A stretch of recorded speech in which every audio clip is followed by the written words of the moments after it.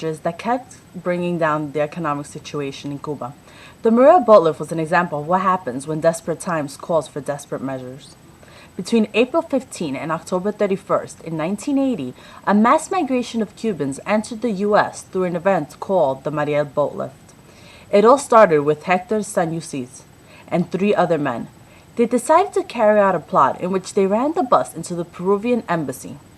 Due to all the struggle, one Cuban guard was accidentally fatally shot.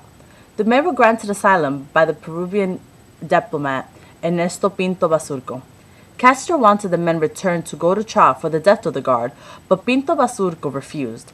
Consequently, on April 4th, Castro pulled back all his guards from the Peruvian embassy entrance, which set up the catalyst for the Mariel Boatlift and the newcomers called the Marielitos.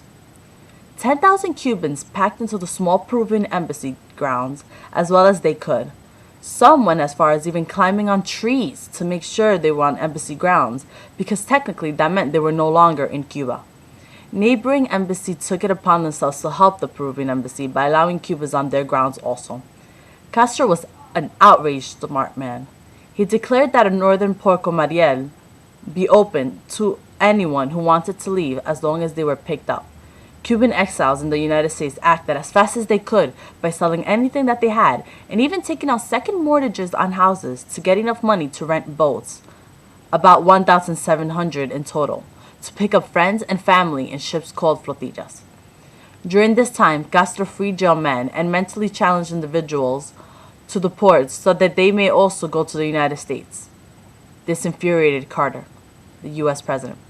Upon arriving to the U.S., the new arrivals were detained by an overcrowded South Florida Immigration Processing Center, as well as others.